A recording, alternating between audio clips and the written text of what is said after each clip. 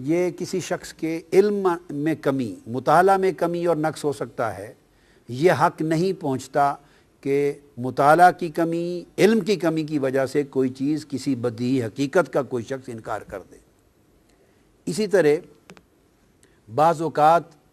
بعض لوگ، بعض سپیکرز، بعض سکولرز، بعض تبلیغ کرنے والے، خطاب کرنے والے بے دھڑک کہہ دیتے ہیں کہ شب برات کی کوئی حقیقت نہیں ہے،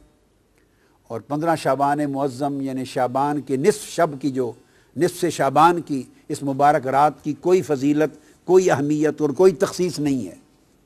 بے دھڑک بیان کر دیتے ہیں کہ یہ بھی سراسر زیادتی، اسلام پر زیادتی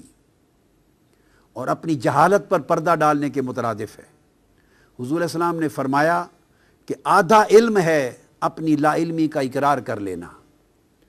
اگر کسی کے علم میں ایک چیز نہیں ہے اور وہ کہے کہ میرے مطالعہ میں نہیں گزری، تو یہ بڑی تقویٰ کی بات ہے، اچھی بات ہے۔ اہل علم کا شیوا ہے کہ یوں کہے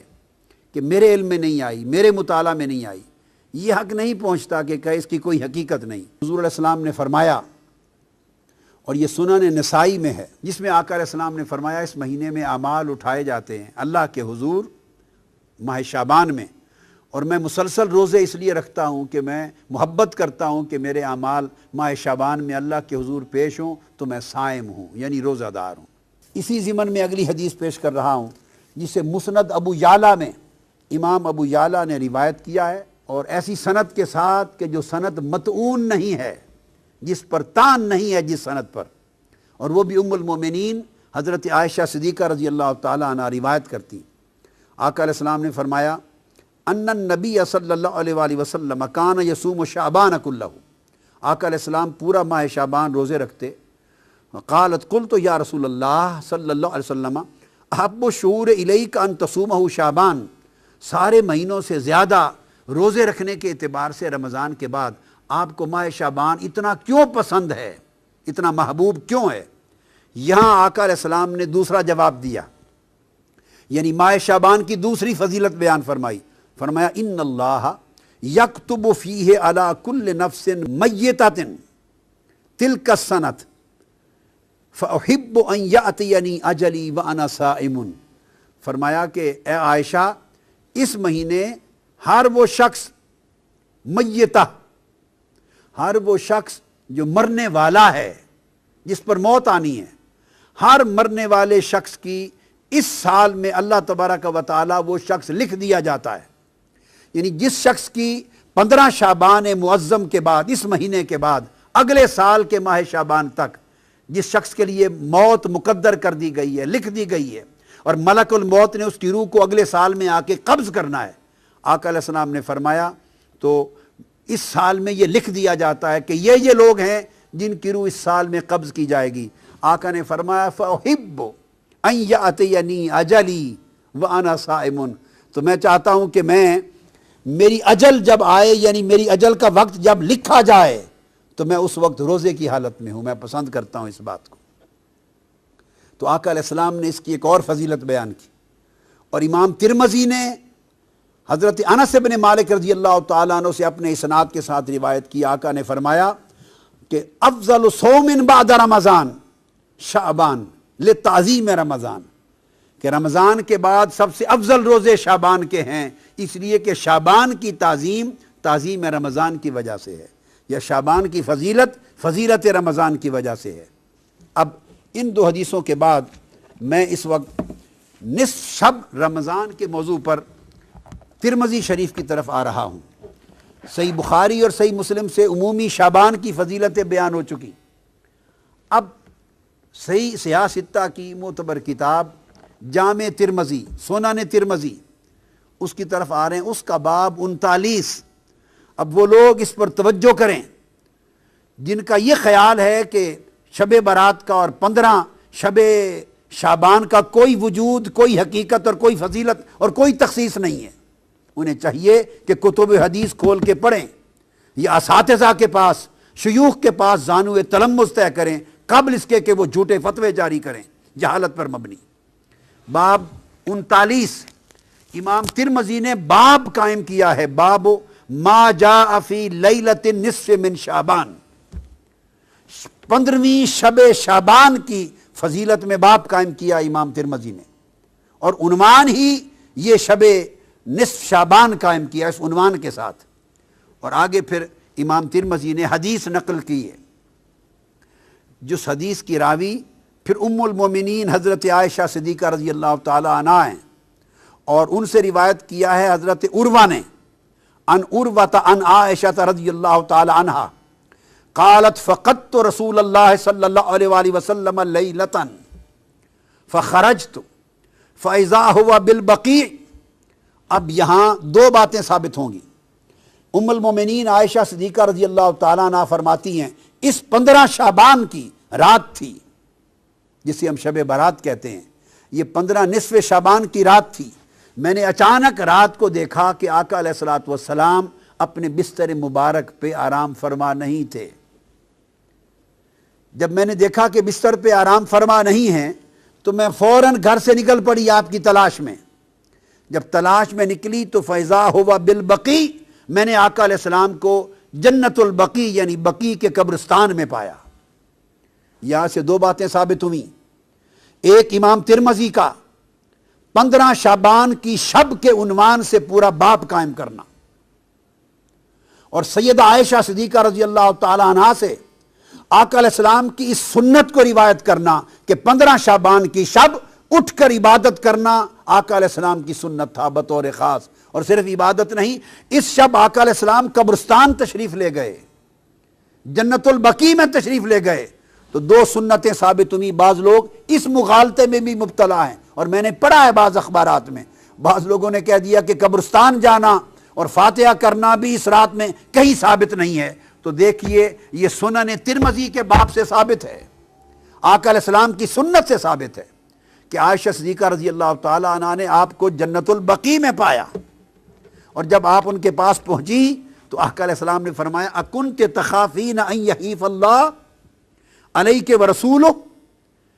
اے عائشہ صدیقہ رضی اللہ تعالیٰ عنہ، دوڑتی دوڑتی مجھے تلاش کرنے کے لیے آئی ہو، تمہارا کیا خیال ہے اللہ اور اللہ کا رسول تمہاری حق تلفی کرے گا؟ اب یہاں ایک بڑا لطیف نکتہ ہے، ان کو ایک گمان گزرا تھا جس کو آگے بیان کرتی ہیں، قلت یا رسول اللہ انی ظننت انک اتیت بعد نسائک، یا رسول اللہ صلی اللہ علیہ وسلم مجھے خیال گزرا، گمان گزرا کہ شاید آپ کسی اور زوجہ مطہرہ کے حجرے میں تشریف لینے گئے ہوں۔ یعنی وہ رات باری کے اعتبار سے ام المومنین عائشہ صدیقہ کی تھی، اور ایک بتقاضاء بشریت جب اٹھی نصف شب رات کو 15 شعبان کو تو دیکھا آقا تشریف فرما نہیں ہے، ایسے بتقاضاء بشری خیال آیا کہ کہیں آقا علیہ السلام کسی اور زوجہ مطہرہ کے ہاں تشریف نہ لے گئے ہوں۔ اب آقا علیہ السلام ان کے ذہن میں اس مخفی خیال کو جان گئے، یہ اس نبی کی بصیرت ہے، یہ اس نبی کا علم ہے، نبی کا کشف ہے، نبی کی نگاہ ہے کہ وہ کس خیال کے پیش نظر وہ تلاش کر رہی ہیں۔ تو آپ نے فرمایا ایک تو جان گئے، دوسرا فرمایا کیا تیرا خیال ہے کہ اللہ اور اللہ کا رسول وہ تمہاری حق تلفی کریں گے؟ یعنی اٹھے آقا علیہ السلام تھے، تلاش حضور کی ذات کی ہو رہی تھی، مگر آقا علیہ السلام نے ان کا گمان جو آقا علیہ السلام کے بارے میں تھا اس پر اللہ کا اسم شامل کر کے فرمایا کیا تیرا خیال ہے کہ اللہ اور اللہ کا رسول حق تلفی کریں گے؟ یہ نہیں فرمایا کہ رسول حق تلفی کرے گا، نہیں، بلکہ فرمایا کہ اللہ اور اللہ کا رسول ایسا کریں گے۔ اشارہ اس امر کی طرف تھا کہ رسول کا ہر عمل وہ رسول کا نہیں ہوتا، وہ اللہ کا عمل تصور ہوتا ہے، اور رسول کی نسبت سوء ظن اللہ کی نسبت سوء ظن ہوتا ہے، رسول کا ادب اللہ کا ادب ہوتا ہے، اور رسول سے حسن ظن اور حسن ادب اللہ کے ساتھ حسن ظن اور حسن ادب ہوتا ہے۔ یہ مقام رسالت کا بھی اشارہ فرما دیا۔ انہوں نے جب عرض کیا یا رسول اللہ مجھے یہ گمان گزرا کہ شاید آپ کسی زوجہ مطہرہ کے ہاں تشریف نہ لے گئے ہوں، تو اس پر آقا علیہ السلام نے فرمایا نہیں، بات یہ ہے عائشہ، فقال ان اللہ عز وجل ینزل لیلۃ النصف من شعبان، کہ جب شعبان کی 15ویں کی رات آتی ہے تو اللہ تبارک و تعالی الی السماء الدنیا، آسمان دنیا کی طرف ایک خاص شان کے ساتھ نازل ہو جاتا ہے۔ اب آپ دیکھیے یوں تو آسمان دنیا کی طرف ہر رات کے پچھلے پیر نازل ہوتا ہے، تو جب نصف شعبان کی رات کی تخصیص فرمائی تو اس کا مطلب ہے اس رات کسی اور شان کے ساتھ بڑی عظیم مغفرت کے اعلان کے ساتھ، عظیم رحمتوں کے اعلان کے ساتھ، عظیم عطا اور سخا کے اعلان کے ساتھ اترتا ہے، اتر آتا ہے فَيَغْفِرُ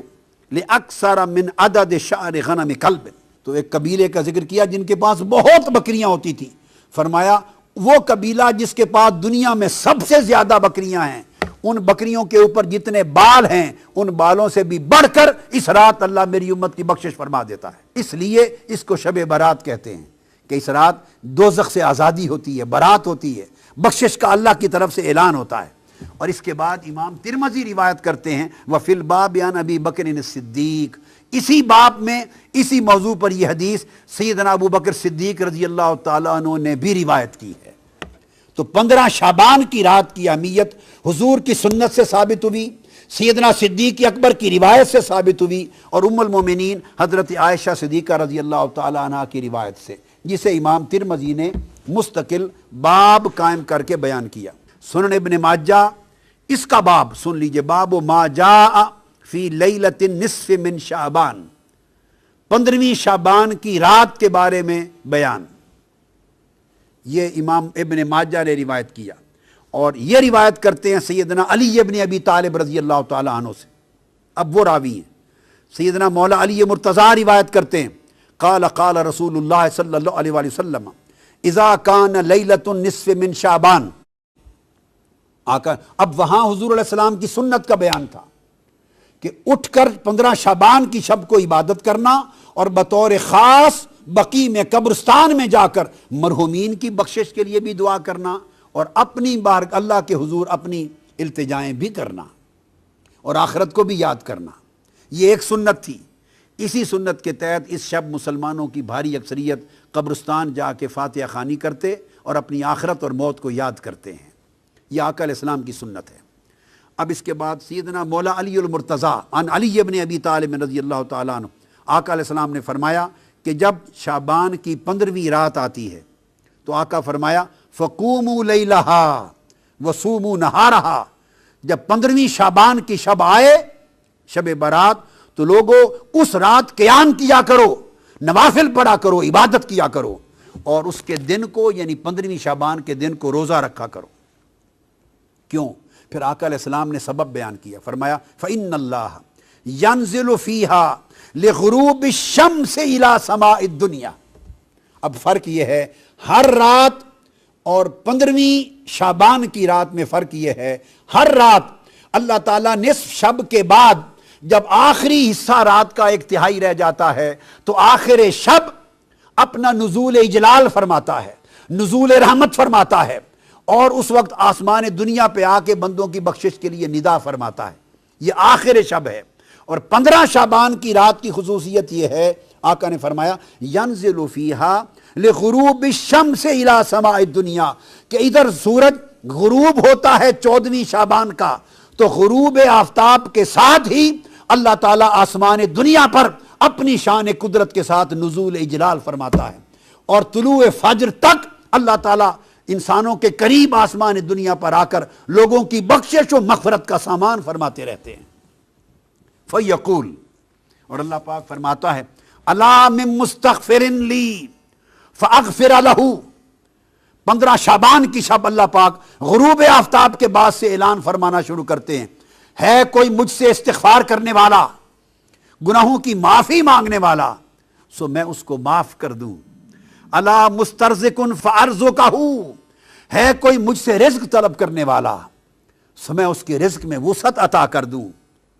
الا مبتلن فاعافیہ، ہے کوئی مصائب و آلام میں مبتلا شخص مجھ سے مانگے سو میں اس کو عافیت عطا کر دوں۔ الا قضا الا قضا، ہے کوئی ایسا شخص، ہے کوئی ایسا شخص، یہ کہہ کے اللہ پاک اعلان فرماتا رہتا ہے اور اپنی عطا اور سخا کے دامن کو پھیلاتا رہتا ہے حتی یطلع الفجر،